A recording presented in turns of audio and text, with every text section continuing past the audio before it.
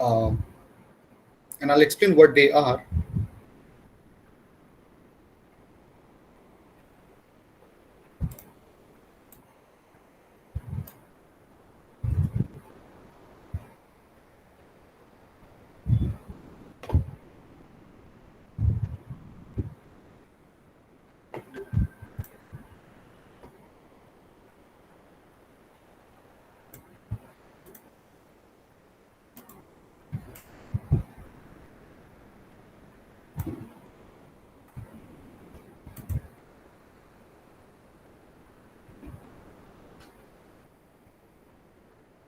এই ক্লিপটা কি তোমরা ক্লিয়ারলি দেখতে পাচ্ছ? Yes, sir, it is visible. Okay. Actually, today we would do the experiment on a connecting rod, and what we would be looking into is the moment of inertia and radius of gyration of a connecting rod. So the purpose of this experiment is to find out these two properties of a connecting rod. Now this of course is not a connecting rod, but more or less represents the distribution of the mass over the connecting rod. And you already know why do we use a connecting rod. We use them in typically in IC engines where they are connected in the smaller end they are connected with the piston, and in the larger end they are connected with the crankshaft. And the purpose of a connecting rod is to convert the translatory motion of the pistons into the rotary motion of the crankshaft.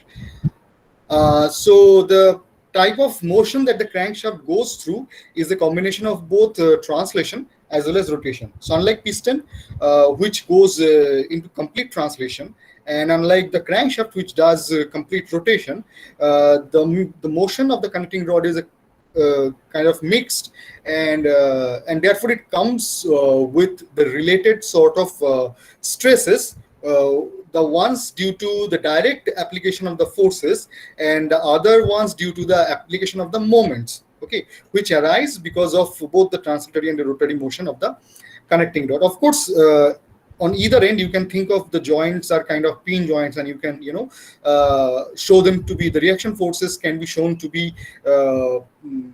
I mean the reactions are only forces, but the net effect, all those forces coming from the joints, the pin joints, are actually some resultant force and some resultant moment, which is responsible in part for the motion of the connecting rod, and the other part being responsible for the stresses that are developed in the connecting rod. And that's why the connecting rod also comes with certain shape, okay, because it is in part subjected to axial compression or tension, and in part bending the bending moment. So it comes with certain shape, and you can think that if the connecting rod could be thought of a beam, so the moment of inertia at that larger portion is much higher compared to that smaller portion. So that design of the connecting rod is due to the type of the load that are applied to the connecting rod. So the thing is, the idea here is to perform oscillation of the connecting rod. So you have done already one experiment related to moment of inertia and radius of gyration in the previous semester, and that is for the flywheel, where you'd subject it to some sort of motion. Okay, so that detail I'm skipping, but here the setup is slightly different. So what do? Is we take the connecting rod and we place, you see this smaller circular portion, smaller circular hole there, smaller cylindrical surface. So that surface is placed on a fulcrum, or basically a knife edge, and then it is allowed to oscillate. So the connecting rod is then allowed to oscillate. Okay, and the oscillation needs to be really tiny. The release angle should be really tiny, so that that relation, that sine theta equals theta, should be valid. Why that should be valid? You already know the theory of simple harmonic motion of an oscillating pendulum. So we'll revisit that. But probably you are more familiar with the oscillation of a simple pendulum, which is not the case with the connecting rod. Now, the connecting rod can be classified as a compound pendulum.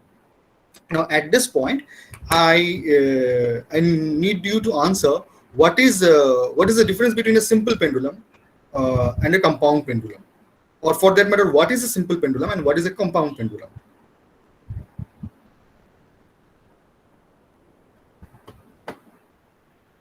কারো জানা আছে কি?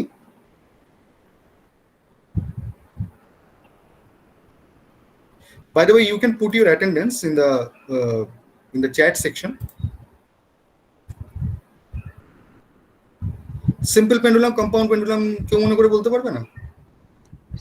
Sir simple পেন্ডুলামে মাসটা concentrated থাকে একটা পয়েন্টে, আর compound পেন্ডুলামে ওটা একটা এক্সটেন্ডেড মাস থাকে। I think this is. Yes, that is correct. But let's say if I have a rod, okay, cylindrical rod, uniformly distributed mass, okay, is it a simple pendulum or a compound pendulum? Or if it is something in between?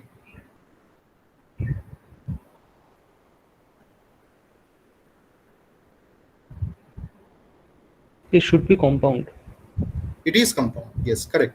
So the idea is, if you have a massless string and the entire mass is concentrated at a point called the bob, okay, then that pendulum is a simple pendulum, and whichever oscillating component is not that is a compound pendulum.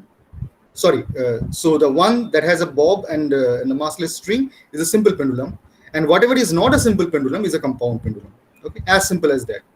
Whichever way the mass may be distributed, even if it is uniform, that object still is a compound pendulum. And of course, the connecting rod falls well within the definition of compound pendulum. So the things that we need to visit is the oscillation of a simple pendulum. Okay, of course, for small aperture, then revisit the theory of compound pendulum, oscillation of a compound pendulum, and kind of establish a similarity between the two. Okay, why is that important in the experiment? As we go through the related mathematical part of it, or the theoretical part of it, you'll realize why do we need that. So one more thing, why do we need to know the mass moment of inertia or the radius of gyration of the connecting rod? This radius of gyration is of course about the centroid, okay, and the moment of inertia is also same, it is about the centroid. Why do we need that? Because when the shaft is rotating, okay, maybe the shaft has a flywheel that contributes to the rotary inertia of the system, and that oscillating piston also contributes in part, okay, to the rotary inertia of the system. And of course, the connecting rod also contributes to the rotary inertia of the system. So it is important to know about those properties. Also, the very moment of inertia also governs what sort of forces that would be acting at the two ends of the compound pendulum. Okay, and that's why also, in addition to knowing its mass, its moment of inertia becomes important. Okay, so having said that, let's look at the the things that we will be doing while we will be doing the experiment. Of course, you would be seeing that portion of the video where the experiment is done in the applied mechanics laboratory. But you see, those experiments were conducted in the month of February, and they were recorded at that time. And we didn't have that sort of video at that time. So what I personally did was, made such simulations in ANSYS to show it to my students. So I made videos for different experiments. For example, for connecting rod I did, and for buckling also I did, and I still think they have some usability. So that's why I'm showing you this case. So the thing is, we will be positioning the connecting rod in two configurations. One is this direct configuration, and the other one is this reverse configuration. So right now you are seeing that the larger diameter portion is at the bottom, and the system is allowed to oscillate about the uh, about the this this, you see this circular hole right here, as the at the highest point of the circular hole acts as the pivot point. Okay, and then what is done is this from a small angle, this one would be released. Okay, and it would be let to oscillate in its natural mode of oscillation. Okay, or in its natural frequency for 10 complete oscillations, and that time period would be noted, that time duration would be noted using a stopwatch. Obviously, once divided by 10, that would give you the time period, and on that time period, when that divides twice pi, gives you the actual frequency in radian per second for of the oscillation of this simple pendulum in this configuration. Now, if I do change the configuration, if I bring the larger diameter portion above, okay, and let this bottommost portion of this circular hole at the bottom, okay, be the so this one be the the pivot point, the lowest portion of the smallest the bottommost portion of this circular hole be the pivot point. Obviously, this time the moment of inertia about the pivot point, okay, would be changed, and which would mean the the natural frequency of the system would change, and because of that uh,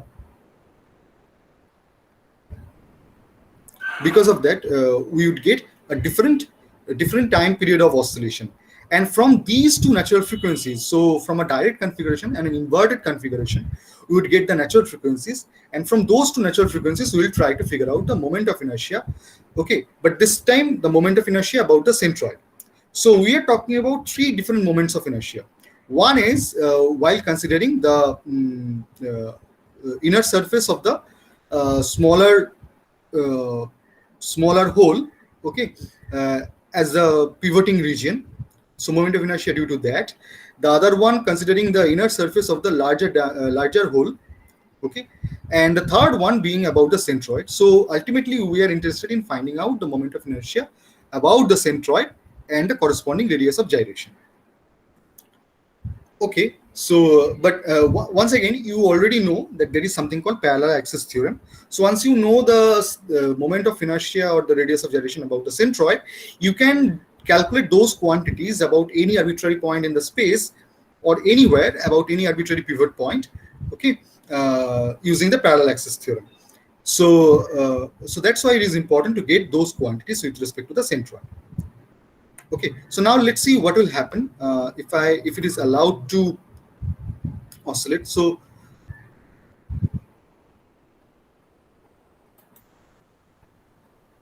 let's say this is how it makes 10 oscillations. Okay, and if you really observe carefully, how much time does it take to have 10 oscillations? Okay, that would be slightly different from this first configuration to the second configuration right here. The second configuration is slightly faster, okay, because the center of mass is slightly closer to the pivot point. So the first configuration, it might not look very different, but very tiny amount slower compared to the second configuration right here. Okay, and that very difference would let us calculate the ultimately the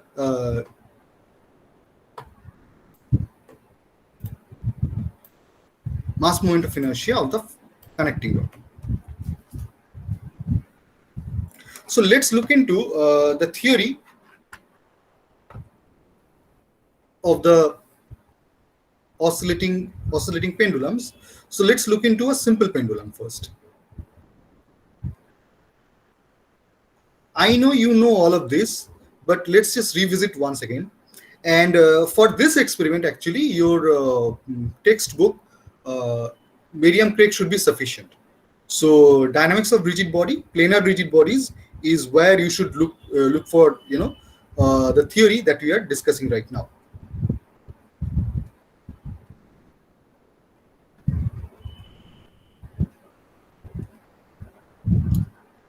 So this one has a massless string, and the mass being concentrated at this bob, and let's say it is being released from an angle of theta.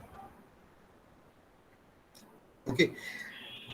Now, if I draw the free body diagram of this bob right here, so there is mg going downwards, and then there is this tension coming from the cable. Okay, and I can define two axes, right? So this one is E theta, and this one is ER. Okay, and since this is a particle, only equations of motions are related to linear accelerations. So these are the equations of motion.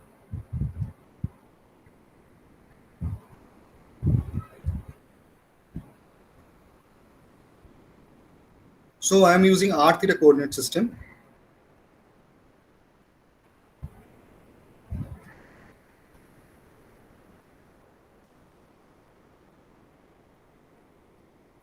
Now, if you recall from the engineering mechanics first semester, okay, first year, first semester. So this is the expression for the acceleration in radial direction.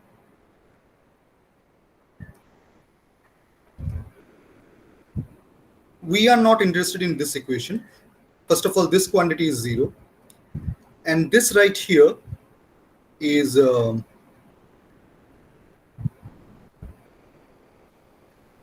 first one is the Coriolis component, and then the r theta double dot. This, of course, is 0. Why these quantities are 0? Because this r, which is basically the length of the string, is not changing. Now, how much is sigma f theta? So if I resolve that, so first of all, this angle is theta, right? So, so sigma f theta is actually minus mg sine theta, which is ml theta double dot. Or in other words, theta double dot plus g by L sine theta equals 0. This is a second order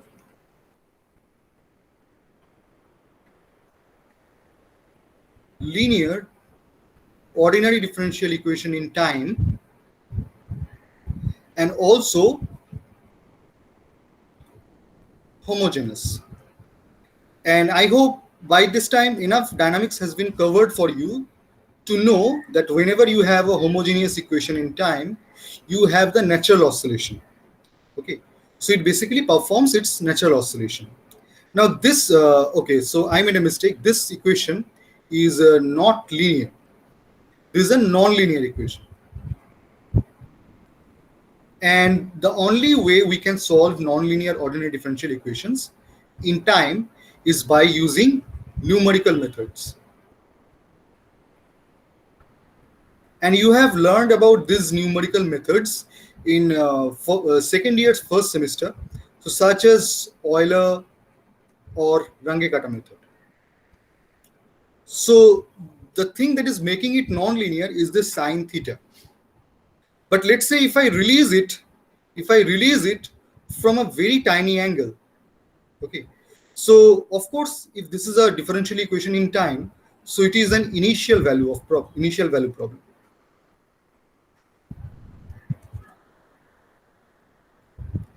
If it were a differential equation in space, okay, such as this one,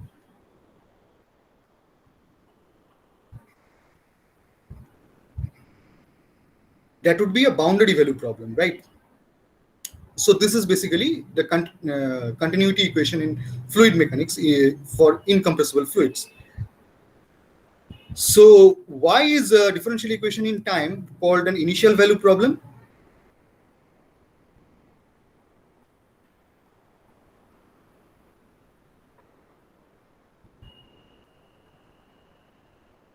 Do you know the answer?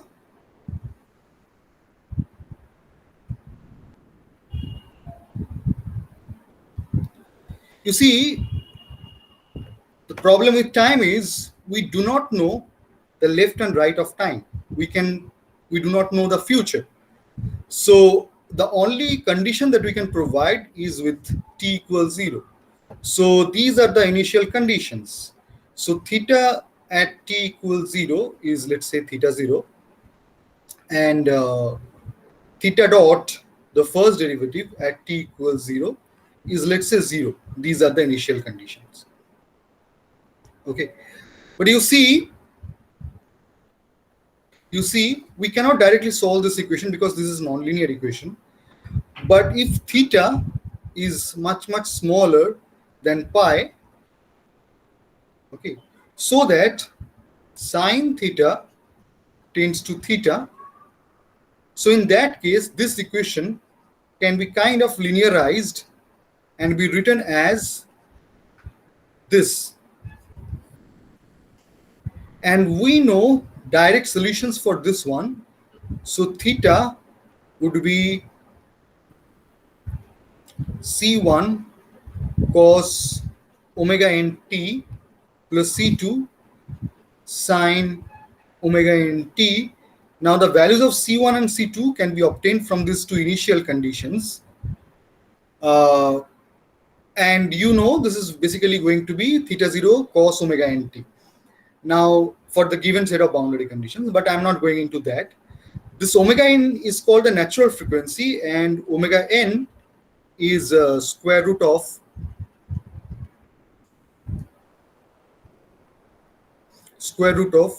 g divided by L. Okay, so that's what is with the dynamics of a simple pendulum, or the natural oscillation of a simple pendulum. Is this part clear to everyone?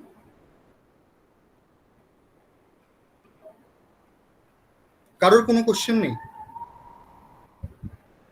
Or is it too trivial?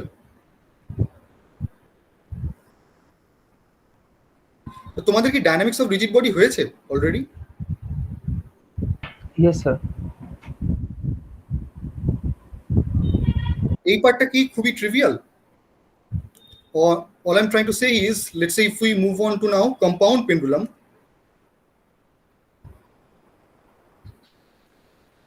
and this time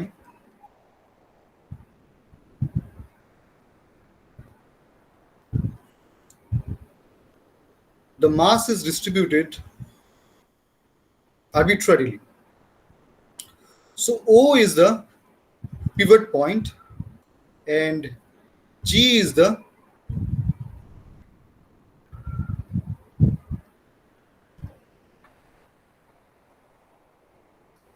center of mass or center of gravity, whatever you may want to call it. Okay, and it would be released from this arbitrary angle theta, initial condition. So this is the compound pendulum, arbitrarily shaped.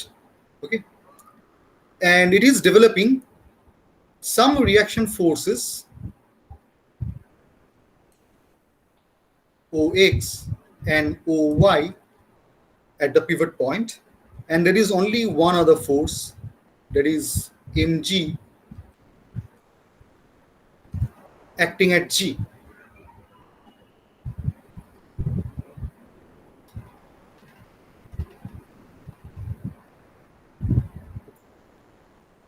So the distance between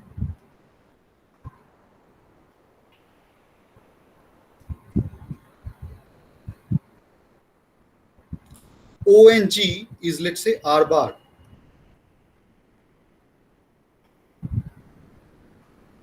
Okay, so let's say IG is the moment of inertia. Now what sort of moment of inertia do you need? We are talking about in-plane motion. So this is like a polar moment of inertia. So this thing is like integration. So if I take a coordinate system like this, x prime and y prime, and at O the coordinate system is x and y, So this thing right here is x prime squared plus y prime squared dx over, so m, sorry, not dx,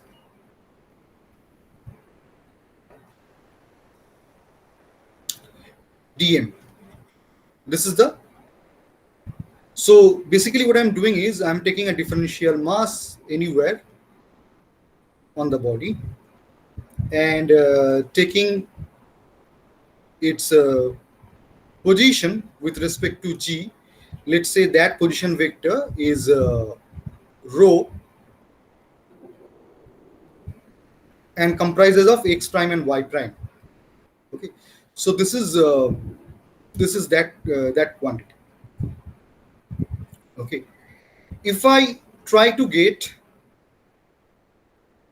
the mass moment of inertia about the pivot point O, that has to be integration x squared plus y squared times dm. So basically you see this dm right here. This time I'll be taking the position vector. Let's say, so this quantity is right here is r squared. So this r vector, okay. So the relation between r, rho and r bar is this.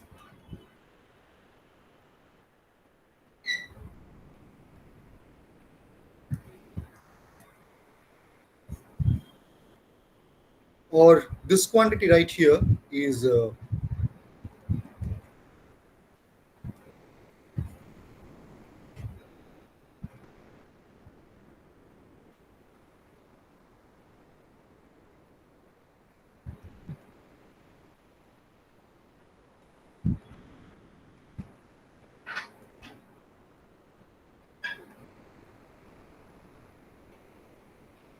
okay. So basically, you know that this r square basically means r dot r. So so I'm just doing r dot r. So I'm getting these three quantities. So the first quantity is of course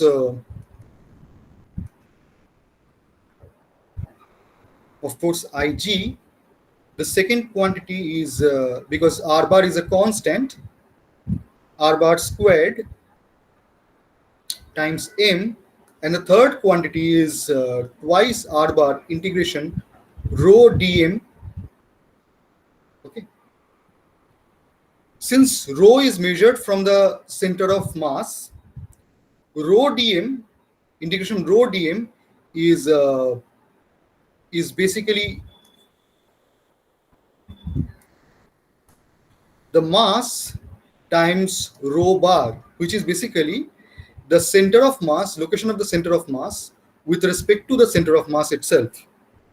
Okay, so because rho is measured from the center of mass itself, so it just gives you the average value of rho bar, which is just the location of center of mass with respect to the center of mass, which is a 0. And that gives us the parallel axis theorem that IO is IG plus r bar squared times m. Now this equation is going to be important for us. Okay. Now let's get back to this configuration right here. You don't need any of this because this, of course, you have learned for nearly 2 years now. Now, of course, because this is not a point or a particle, this is maybe treated as a rigid body. Whatever this may be treated as, this is a object with distributed mass, a compound pendulum. So on a plane, you can actually write, considering it to be a rigid body, you can write three equations of equilibrium. Three equations of motion. But I am only interested in this one. So moment about O, about Z axis, because because all the forces are planar, that is the only possible axis of moment, should be This IO times the angular acceleration, or theta double dot. Now this quantity is simply r bar sine theta. So this angle again is theta. So this much is r bar sine theta. This times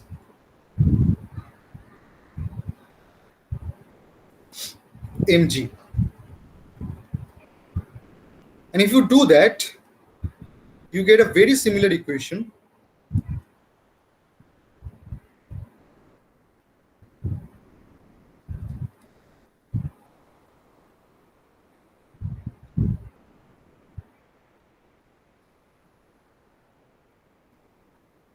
Achha, I might also choose to write Ig as kappa bar squared times m, where this kappa bar is the radius of gyration about the center of mass G. Okay, hence the bar. So I can write this to be r bar plus kappa bar squared divided by r bar.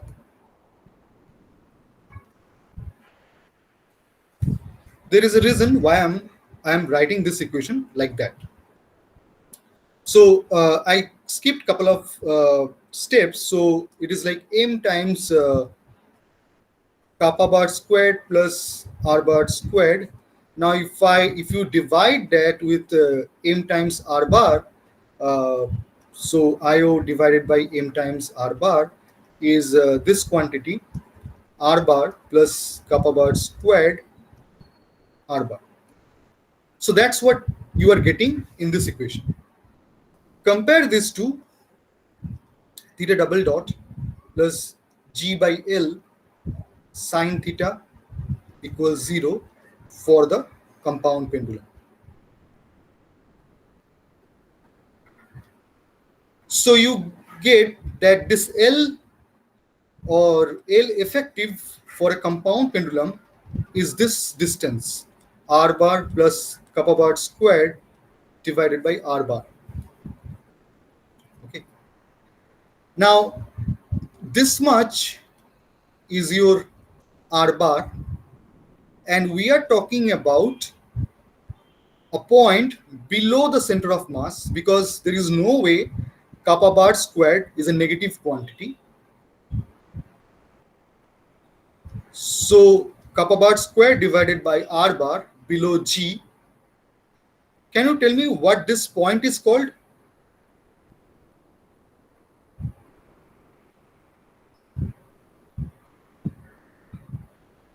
No one?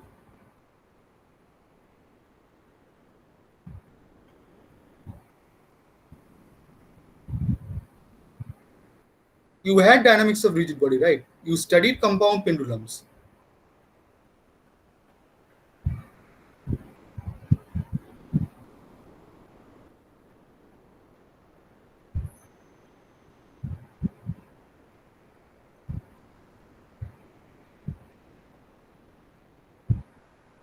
কেউ পারবে না?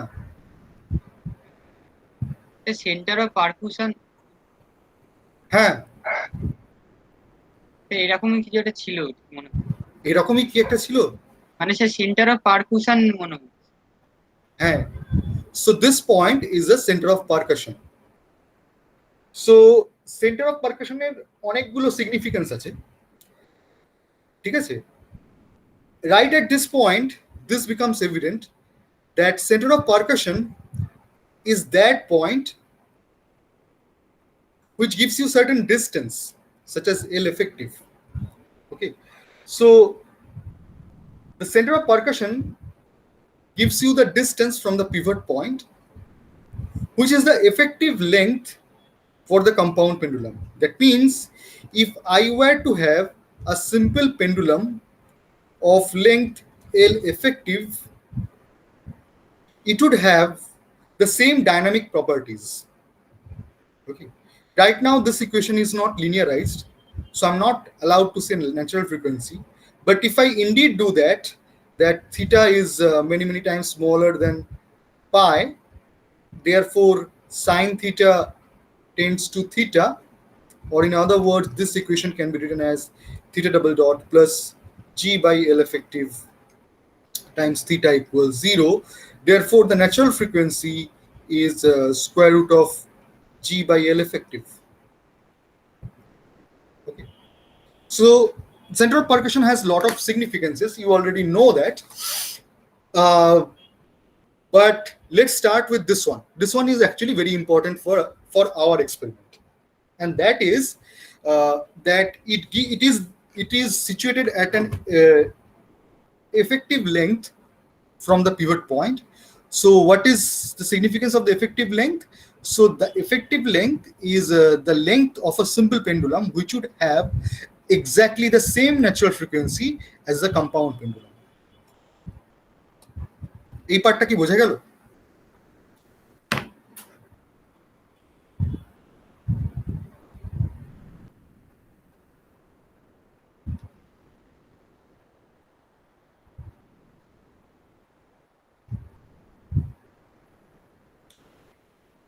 ওকে, আমি ধরে নিলাম বোঝা গেল।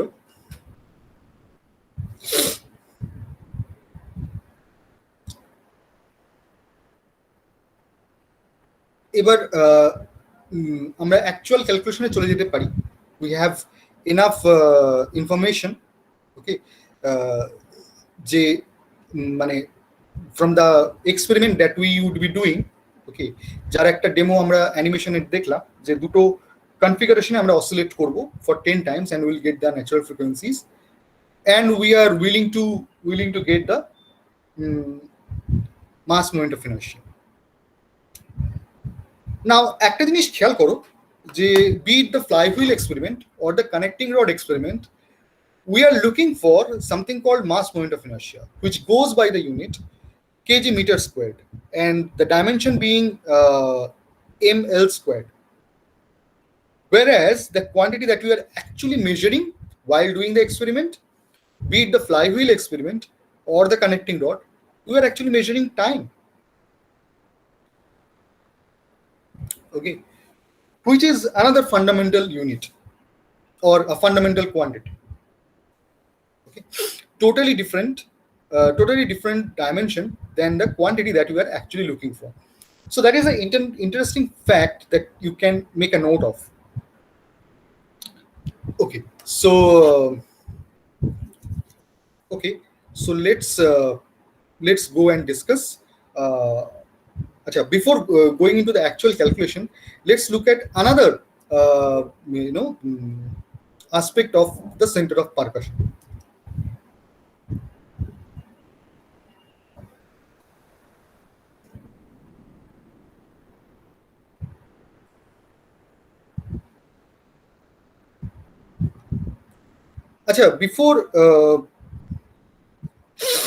Before going there,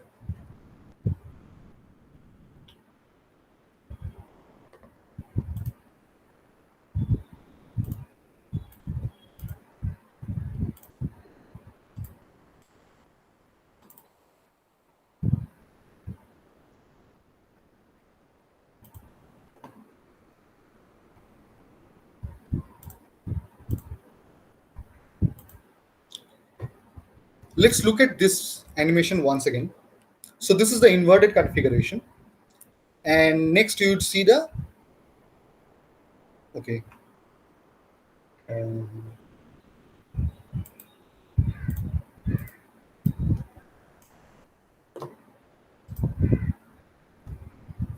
so this is like the default configuration, and the other one that you are seeing was the inverted configuration. Okay, now for these two configurations,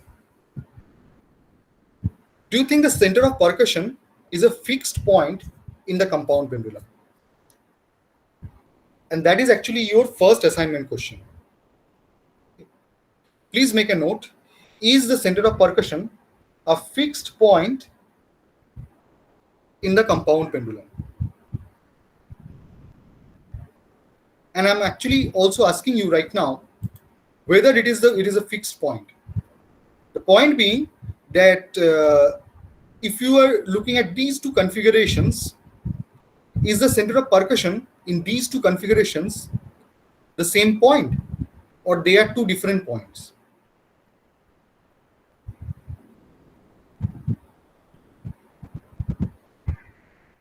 What do you think the answer is? So different.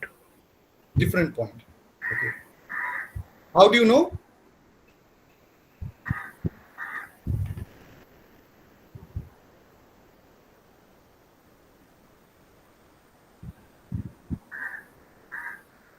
The intuition. Okay. So no, intuition would not work in this case. ফ্রিকোয়েন্সিটা আলাদা হবে? Actually, the answer is reverse. The frequency is different because the center of percussion, location of the center of percussion is different. Okay. And location and actually the L effective is different in two different cases. If you look at this configuration, the one that is on the screen, here the center of mass would be closer to the pivot point, and in the other configuration the center of mass would be more distant from the pivot point. And because the center of mass is closer, chances are or that's what actually really happens, is the center of percussion is also closer to the pivot point, which makes the effective length in this configuration, the reverse configuration, smaller than that in the default configuration. So if this one I call configuration 2, in configuration 2, the effective length, that is the distance up to center of percussion, is smaller than that in the first configuration. And because of that, this configuration is slightly faster in terms of natural frequency than the first configuration. Okay. আচ্ছা, এবার একটা জিনিস শুধু বলার, কেন fixed point নয়? কেন fixed point নয় সেটার কারণ হচ্ছে যে if you look at the expression that we just wrote, and I hope you made a note of that, that tells you that the center of percussion is further away from the center of mass. So let's say the center of mass is at a distance of r bar from the pivot point, and for any configuration the center of percussion must lie below the center of mass, or it would be even a little bit more distance away from the center of mass. So if the distance of the center of mass is r bar, it is some additional distance away from the center of mass. Okay, তার মানে দেখো, when it is in the reverse configuration, it is actually more closer to the smaller diameter hole. Okay, but when it is in the forward configuration or the first configuration, because the location of the center of mass is fixed, that is the weight average location, weight average position vector. See, the location of the center of mass is the mass averaged position vector, and that location is fixed. Okay, now you'll have to imagine that the center of percussion for each configuration lies below the center of mass. So when the smaller diameter portion is actually the pivoting location, then it is closer to the larger diameter hole. And when the larger diameter hole is actually the pivoting region, it is actually closer to the smaller diameter hole. Okay, so in each case it is below the center of mass. Okay, so they are not the same point. Okay, it's not just the fact that the distance from the pivot point to the center of percussion is changing in two different configurations. They are changing, no doubt, but what else is changing is the fact that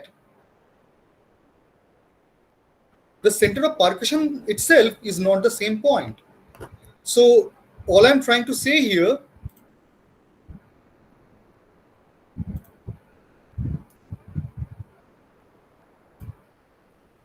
So let's say this is the forward configuration.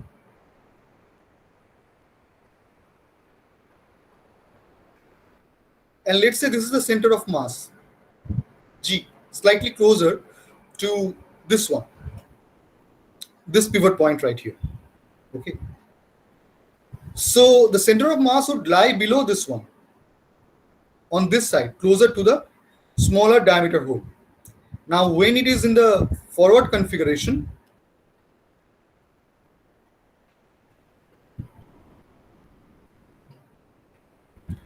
this is where it is being pivoted. And let's say the center of mass is still here at G, but the center of percussion probably is here. So the point itself is changing. It is always below.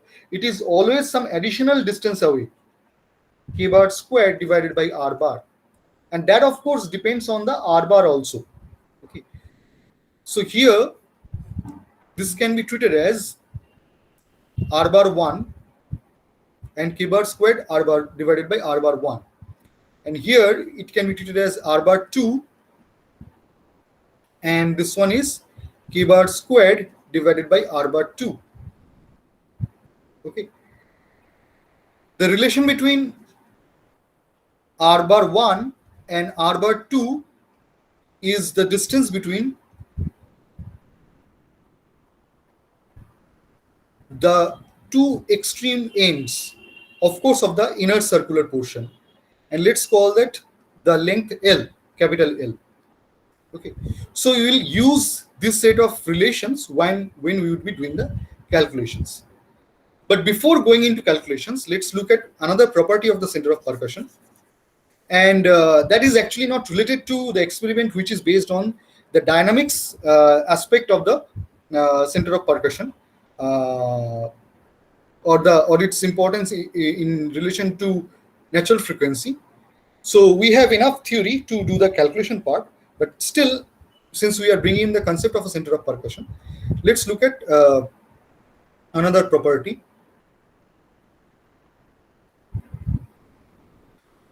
So, as usual, O is your pivot point, and this is your compound pendulum.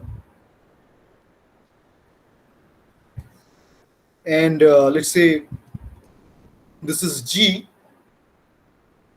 where your weight mg is acting. And at O, you may expect two reactions, OX and OY. And let's say you are in some location you are applying a force F at a distance x below the center of gravity.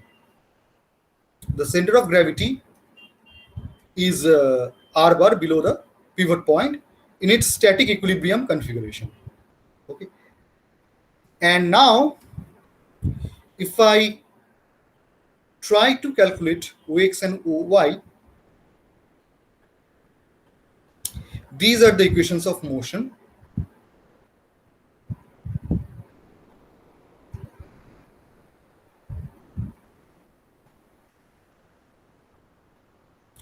M times A bar X, which basically means the acceleration of the center of mass. You see, the acceleration at each location of the pendulum would be different, and it's 0 at the pivot point, but at the center of mass, it is A bar. And when you are not dealing with particle, then you need to modify Newton's equations by incorporating accelerations of the center of mass. So now, what additional equation do we need to use? The other one being mz about O is IO times theta double dot.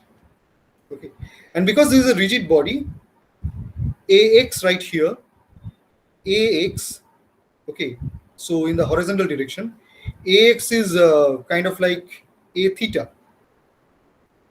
Okay, and A theta is twice r dot theta dot plus r theta double dot. Okay. For this configuration, Ax is basically A theta, and this quantity is 0 because R is not changing, or rather R bar is not changing. So Ax is simply R bar times theta double dot. So this one is m R bar theta double dot, R bar being the position of the center of mass. And IO we have already discussed is this quantity, m times kappa bar squared plus R bar squared times theta double dot.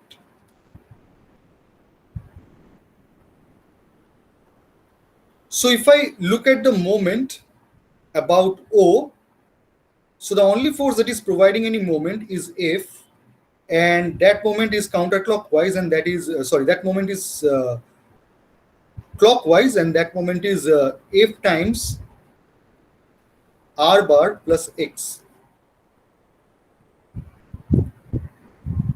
And when I look at this equation right here,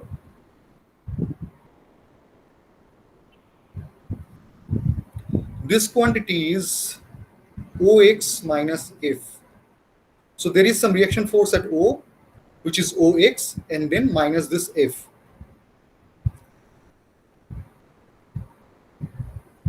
Therefore,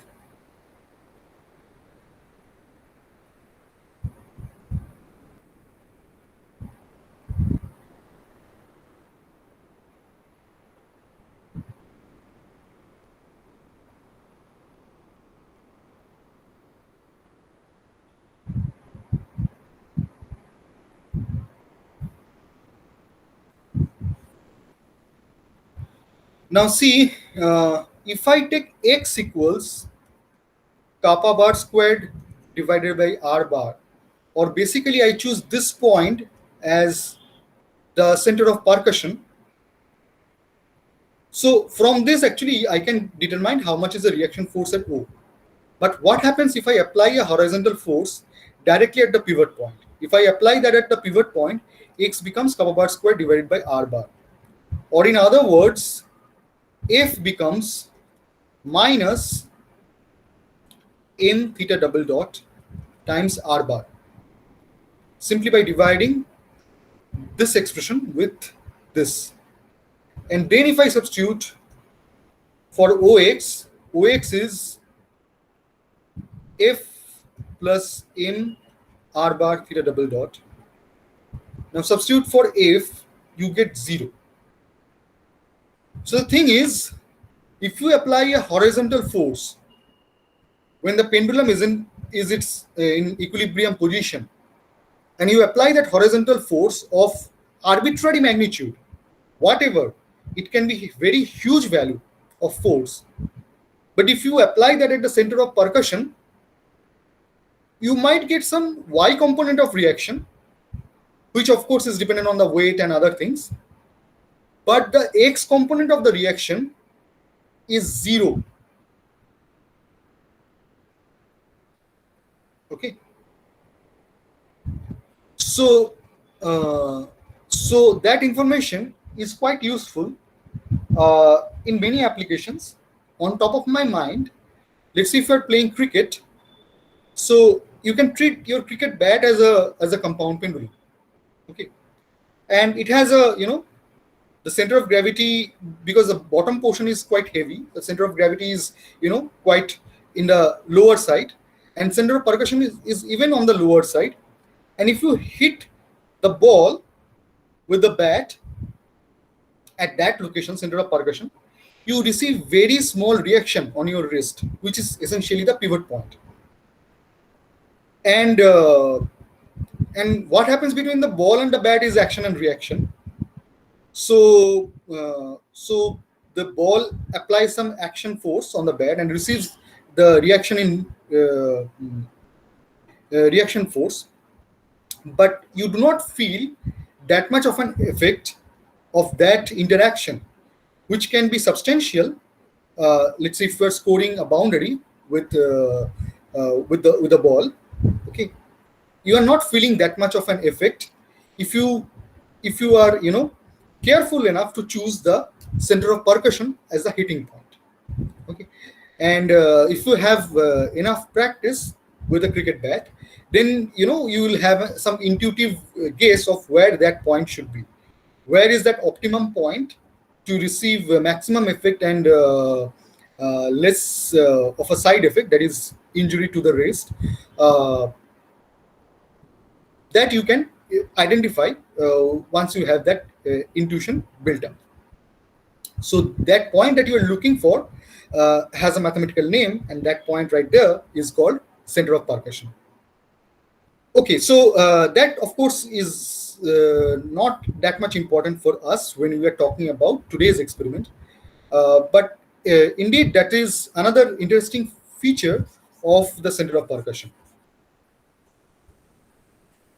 Now let's look at what we have from the experiments. So from the experiment we have for each configuration the time period for 10 oscillations. So for configuration 1 and configuration 2. From this we can get the time period for single oscillation simply by dividing with 10. By the way, what is one oscillation? So for that you will have to look into this animation once again.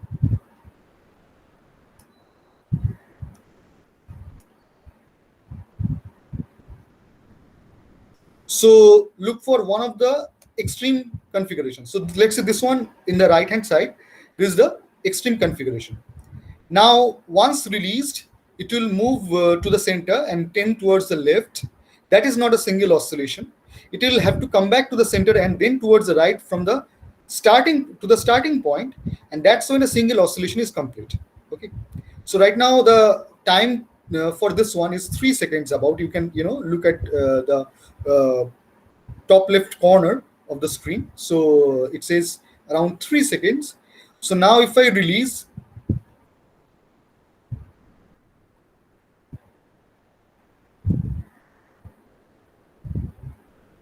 so now it moved to the extreme left and then it is coming back and reach the extreme right. So in about 0.6 or 0.7 seconds.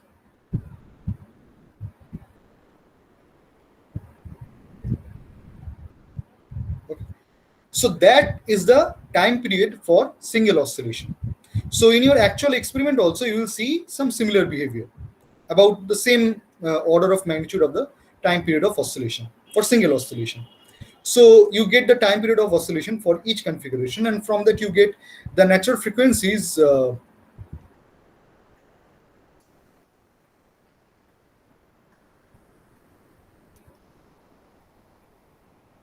okay.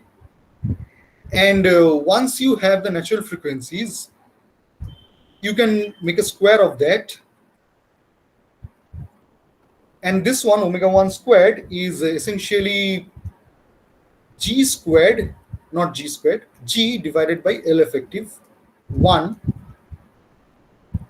And this one is g divided by L effective 2.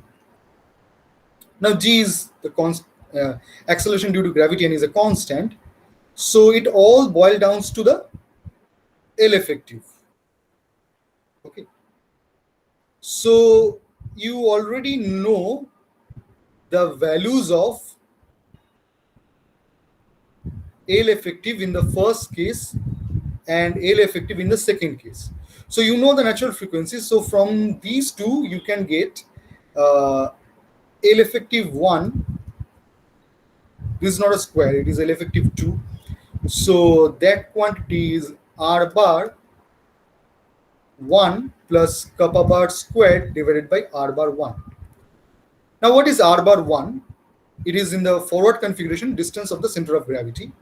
Kappa bar is a constant in both the configurations because it talks about, it is related to Ig, which is the polar mass moment of inertia of the connecting rod about the center of mass. Okay, and it is constant irrespective of the configuration.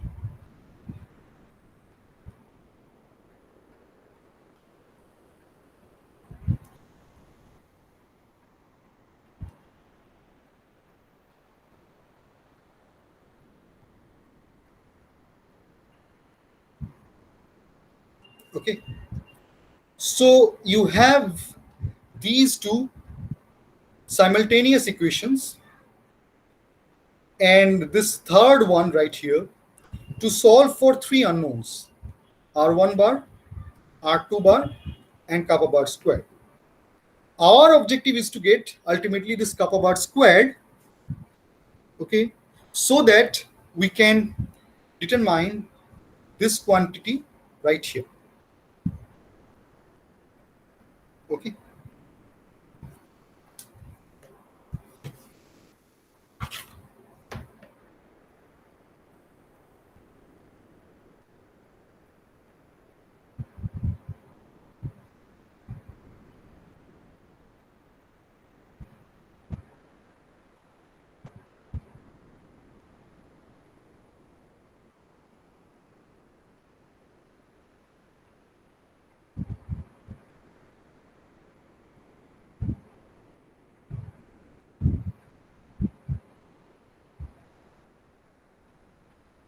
So for example, I can multiply L effective 1 with R1 bar, then I have R1 bar squared plus kappa bar squared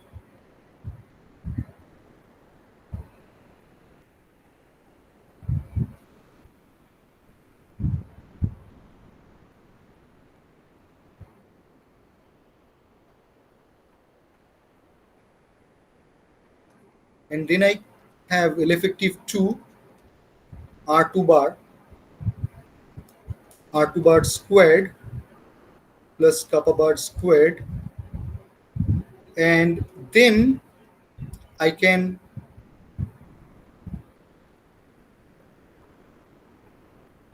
make a subtraction which says L effective squared R1 bar minus R2 bar equals R1 bar plus R2 bar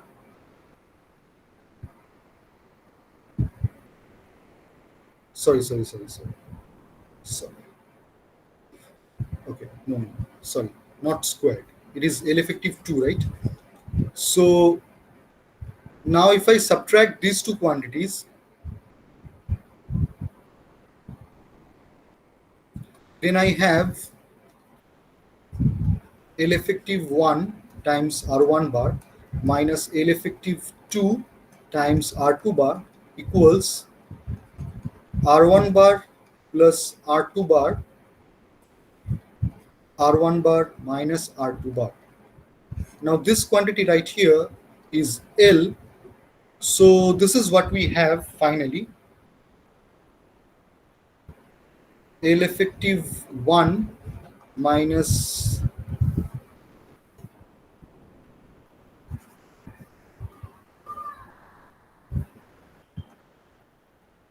L minus L effective 1 times R1 bar equals L minus L effective 2 times R2 bar. Or in other words, R1 bar divided by R2 bar is L minus L effective 2, L minus L effective 1. Now, these effective lengths are all known quantities. This L is a known quantity. And you also, so now you know a ratio between R1 bar and R2 bar. Okay. So you know this ratio and you know the sum. And that should be sufficient for you, or you can think of this as one linear equation, this as a second linear equation. You can solve these two linear equations, or you can directly substitute this ratio over here to solve for R1 and R2. And once you have solved for R1 and R2, you can substitute them to one of these two equations to get kappa bar squared. And once you have kappa bar squared, you have all the answers. এই calculation পার্টটা কি বোঝা গেল?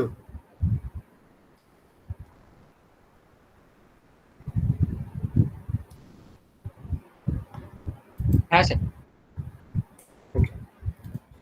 তো যদি বোঝা গিয়ে থাকে, no more confusion. I don't think a lot of things are required to be added for this one, this experiment right here. we covered most of the things. We covered why the angle should be so small, why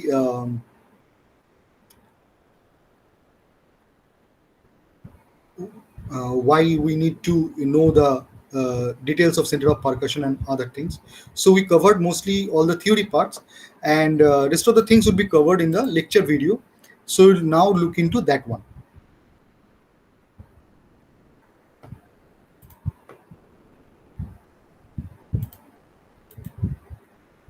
By the way, one more thing, in your instruction sheet, the calculation probably is not done this way. Okay, so you can fill up your instruction sheet the way it has been intended, but you can, for your calculation, you can use the set of equations that we just did. Okay, that should be good enough. That should give you the correct answers, no doubt.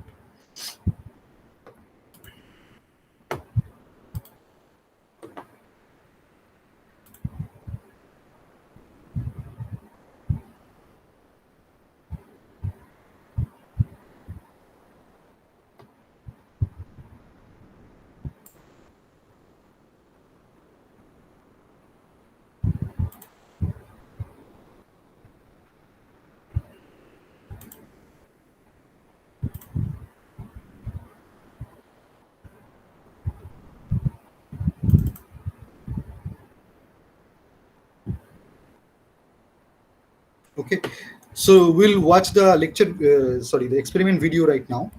Okay, and once done, if you have any queries, rod of an IC engine, and you know, once done, then we can have a discussion, little bit of discussion after this one. Okay, so let's now look at the experiment video. this is the small end, and this is the big end. This goes to the piston side, and this goes to the crankshaft side. So here we will make an attempt to find out the moment of inertia of this connecting rod using this experiment. So here the following dimensions we will be using.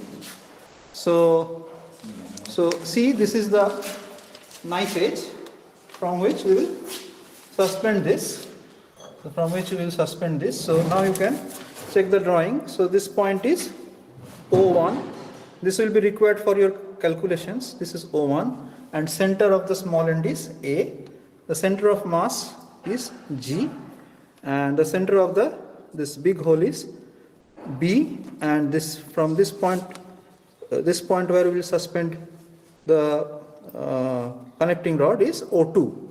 So this is the line O1 A G B O2, and from 1 to O2 the length is E, which we'll call, and from G to O2 to G it's C2, and O1 to G it's C1, and from the center of the small end to the mass center is A.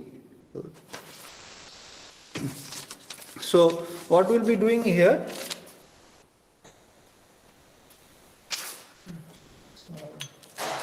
so we'll first suspend it from the smaller end,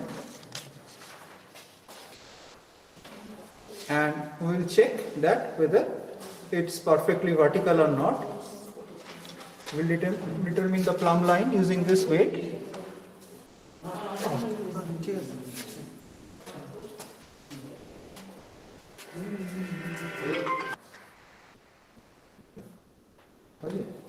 So now it's vertical. Now what we will do is, we will just measure its time period. Just we will give a small angular departure from the vertical line, and then we'll leave it on its own and it will vibrate. And we are interested in finding out the period of vibration, but we will, since the period of vibration is small and it's difficult to measure, we will measure time period of 10 oscillations. We will measure the time period of 10 oscillations using stopwatch. Then we will suspend it from the big end. Then we will again measure the time period of 10 oscillations. The first one we will call T1 and the second one we will call T2. It's T2 I think. So T2 is a gyration and smaller. oscillations, this is for one oscillation when it is suspended from the small end, and now if you suspend it from the big end, so this is the time period of 10 oscillations and this is time period of a single oscillation. That means simply you have to divide the reading by 10. Okay. And from that we will find out the length. This length is actually the length from the point of suspension to the center of percussion. So these two lengths are required. So if you suspend it from here, the center of percussion length from here, we do not know where the center of percussion is, but from this period we can find out from this end, center of percussion will be somewhere here, which you can find out from this reading. And when you suspend it from the other end, then you can find out what would be the corresponding distance of the center of percussion from the point of suspension.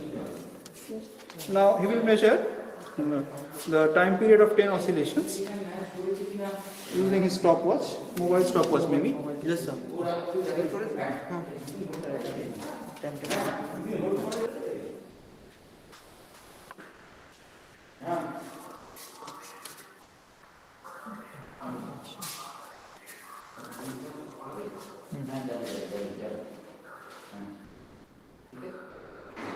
One start বললে start করে দেবে, 10 বললে stop করবে। Start করবে আবার? না না, আমি স্টার্ট বললে স্টার্ট করবে। ঠিক আছে। Start 5 6 7 8 9 10 8.42 second 8.42 second. হ্যাঁ, রিসেট করে নাও।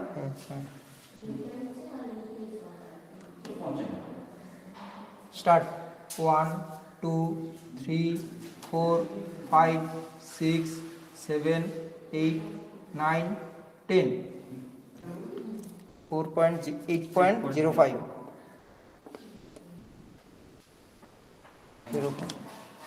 ready start 1 2 3 4 5 6 7 8 9 10 8.11 second complete. Now next, now it will be suspended from the big end.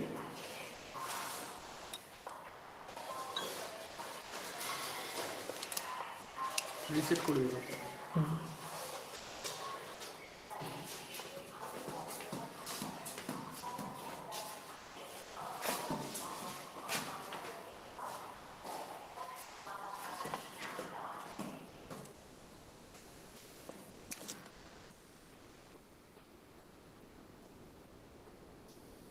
এটা সেম প্রসিডিউর তো? The procedure is same, just like before. Okay sir.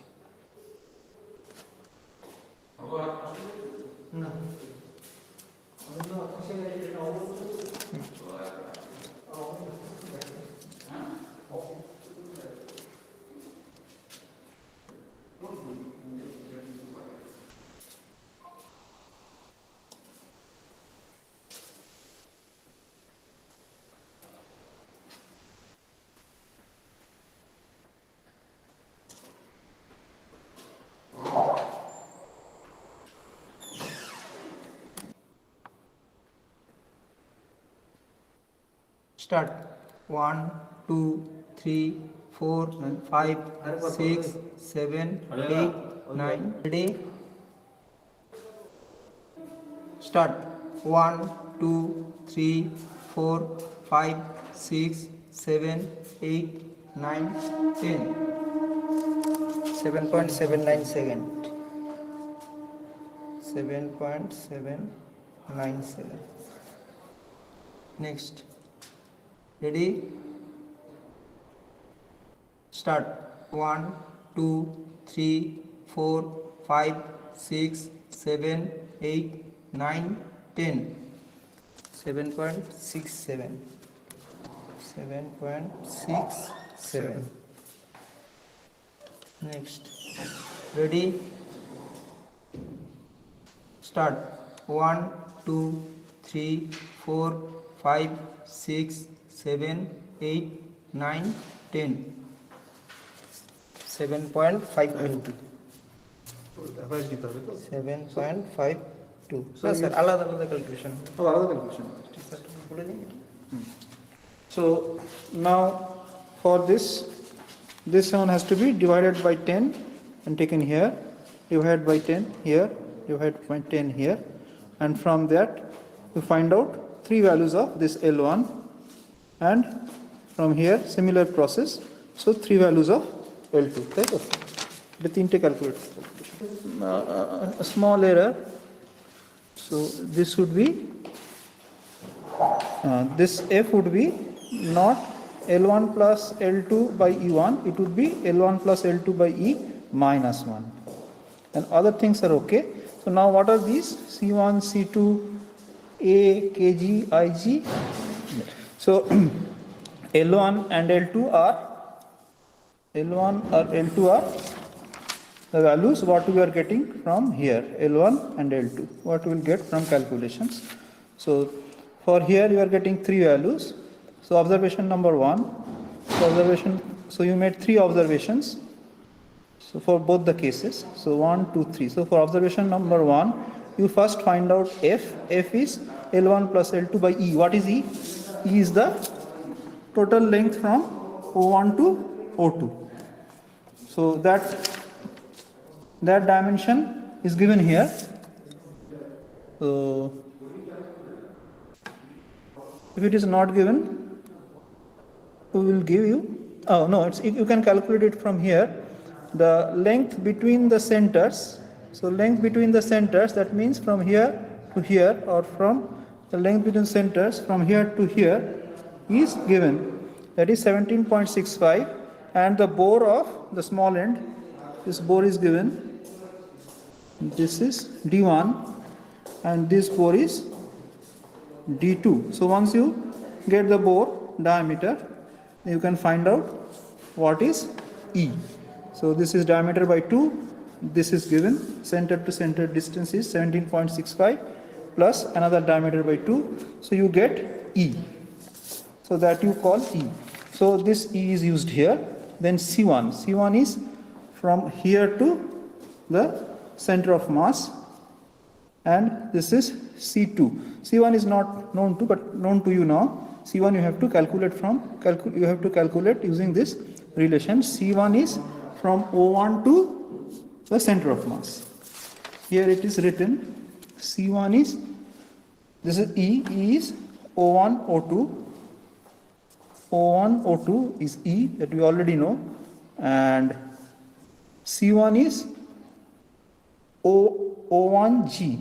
O1G means, I can see that this center, this O1, this point of suspension to G, this is C1, and C2 is from this point of suspension to center of mass.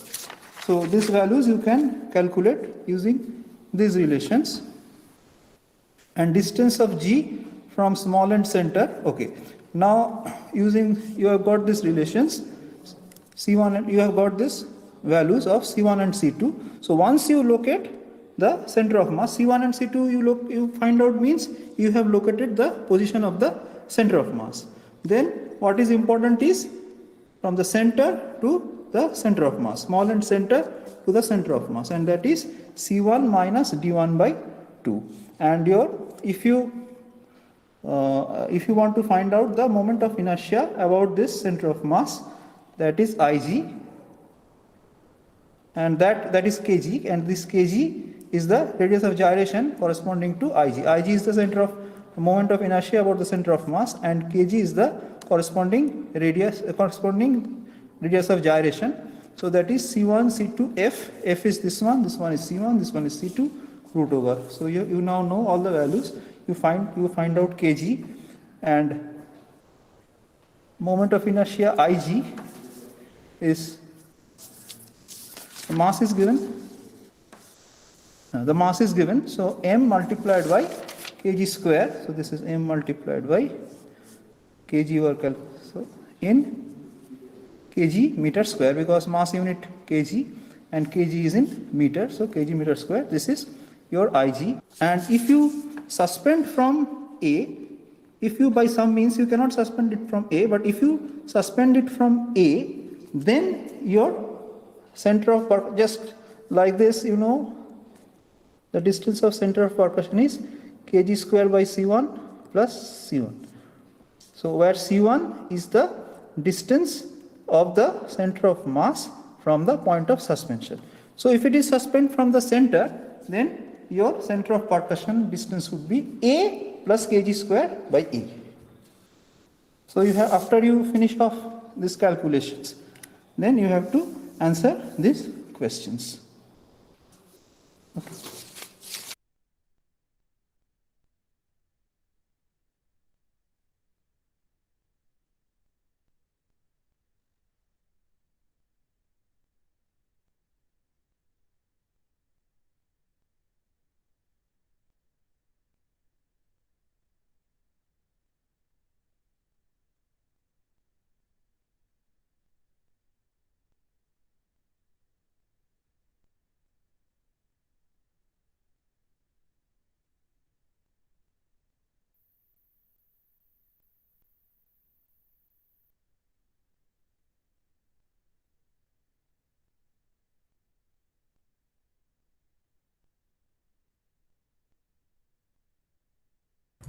Could you see the entire video? Yes, sir, it was visible. Okay. Any queries regarding the experiment?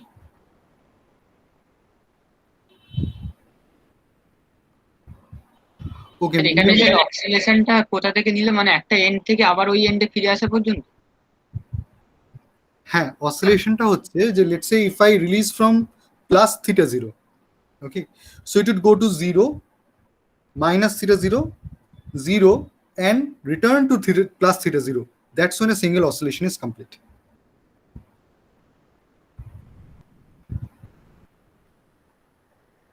Okay. হ্যাঁ sir. Okay, so basically twice pi angle of rotation, that's what that means. Acha, that's why we are dividing twice pi with t to get the natural frequency. Acha, I mean, once you start doing the calculations, and that you should immediately start because you have the data and all. I'll be uploading this video as soon as this is available to me, and once you start doing the calculations, you will actually probably face some issues. You might, and if you do, then you can write down in the classroom, and I'll try to answer. Okay. Okay, if there is no other question, then we can stop now.